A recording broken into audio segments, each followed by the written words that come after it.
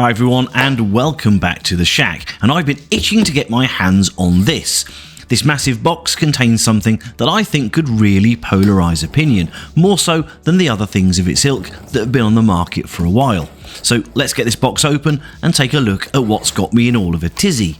I have to stress that this is the packaging for the review units, and it's really substantial. I'm pretty sure that the retail box will be much lighter, otherwise the shelves in the stores will collapse. Does anyone still go to stores? Anyway, it's heavy. Lovely, lovely big Atari box.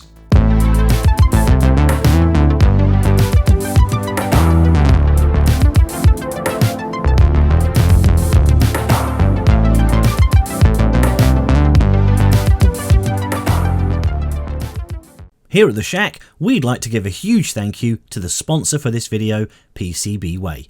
They help us out with all of our PCB fabrication needs and make fantastic boards at amazingly competitive prices. And it's not only PCBs that are on the menu.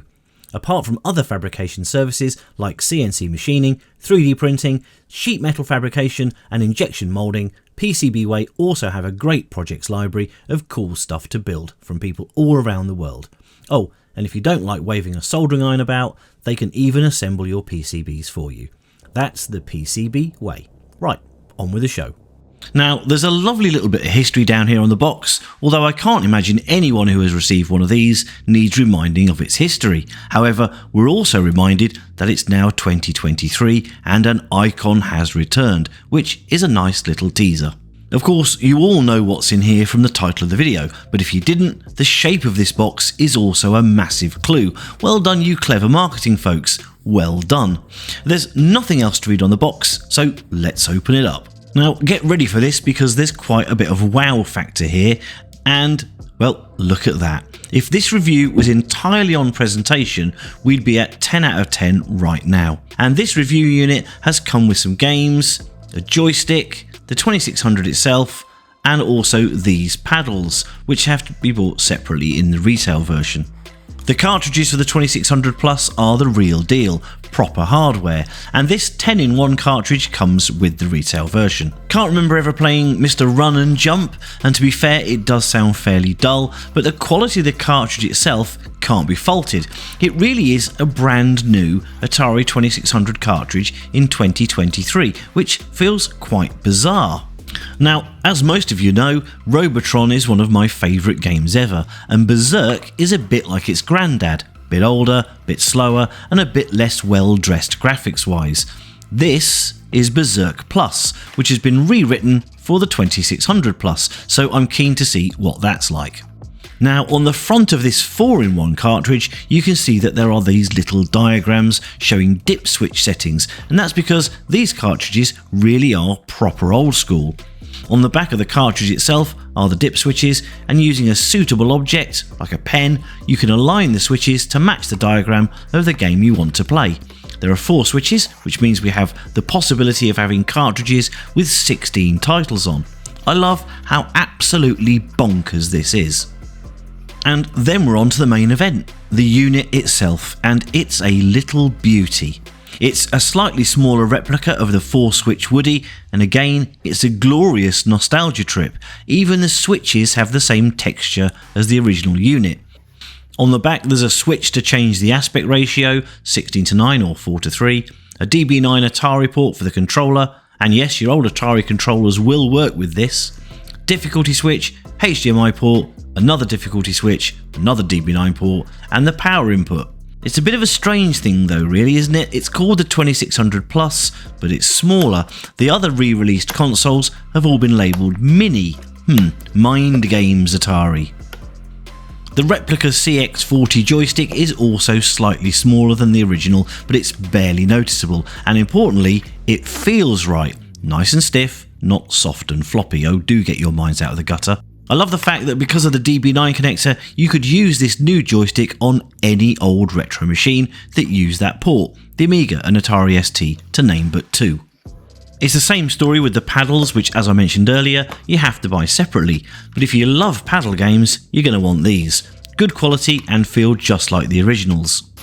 Other than that, we've got a USB power cable, but no plug. I'm assuming the retail versions will have one, although any cell phone charger will power this thing, I would imagine. And there's a HDMI cable, and that's your lot.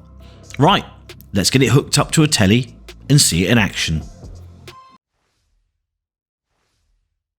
Okay, grabbed this ratty old Apple charger for the power, so hopefully that will give out enough juice to get it going. Plug the power cable into the 2600 Plus, followed by the HDMI cable, and finally the joystick into the Player 1 port.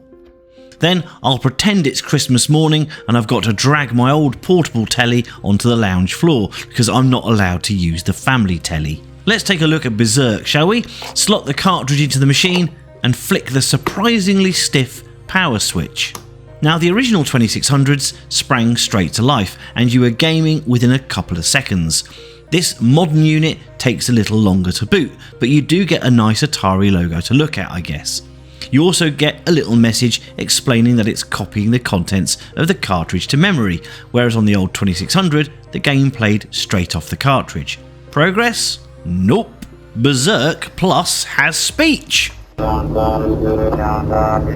it's still a great game. I mean, I'm not great at it because, well, like I'm so super amazing at games, this is just too slow for me and my brain is too super quick for it.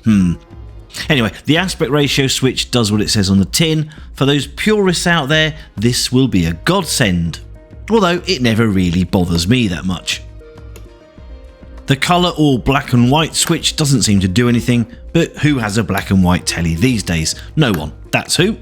As mentioned earlier, multi-game cartridges work just like on the original 2600. You need to tell the machine which bank of memory the game is in on the massive 64K EEPROM inside, and you do this by changing the dip switch settings. If you want a different, not necessarily better explanation of this, you could watch my episode I've Got a Woody, which I think tells you all about it. There's a link on the screen if you want to watch that. So let's try a paddle game now with the trusty Breakout, another game that my mind is just too fast to play properly. Well, that's my excuse and I'm sticking to it.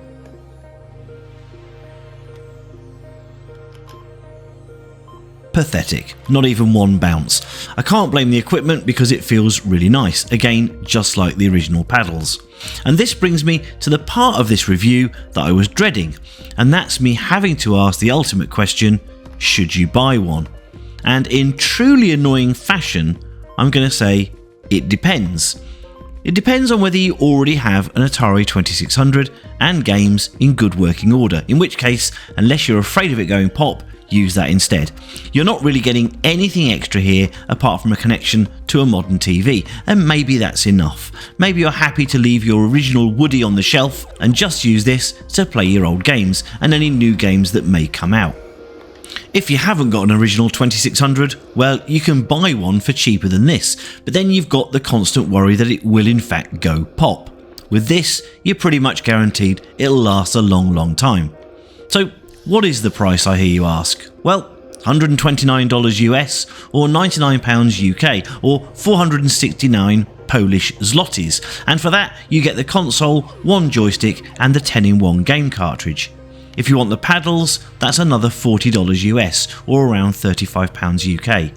Mr. Run and Jump and Berserk will each set you back around $30, and you can see that this starts to add up. When you consider that AT Games Atari Flashback 12 Gold comes with 2 joysticks, 2 paddles and 130 games for around the same price as the base 2600 Plus pack, owning the 2600 Plus is an expensive option. But it is an Atari, and it is compatible with all the old games and peripherals, and it has an ace up its sleeve as well. It can play Atari 7800 cartridges too. So, to sum up, thanks to Atari for sending this in for review, full marks on the presentation and the quality of the product. Might want to think about throwing in another multi-game cartridge, or at least making the one included have 16 games on it. As the owner of an original 2600, I'm not sure I'd have a home for this, but if you're a 2600 virgin, want to use a modern screen, want official Atari products, and want to try out some 7800 games as well, this may be for you. As always, thanks for watching, and until next time in the Retro Shack, it's goodbye from me.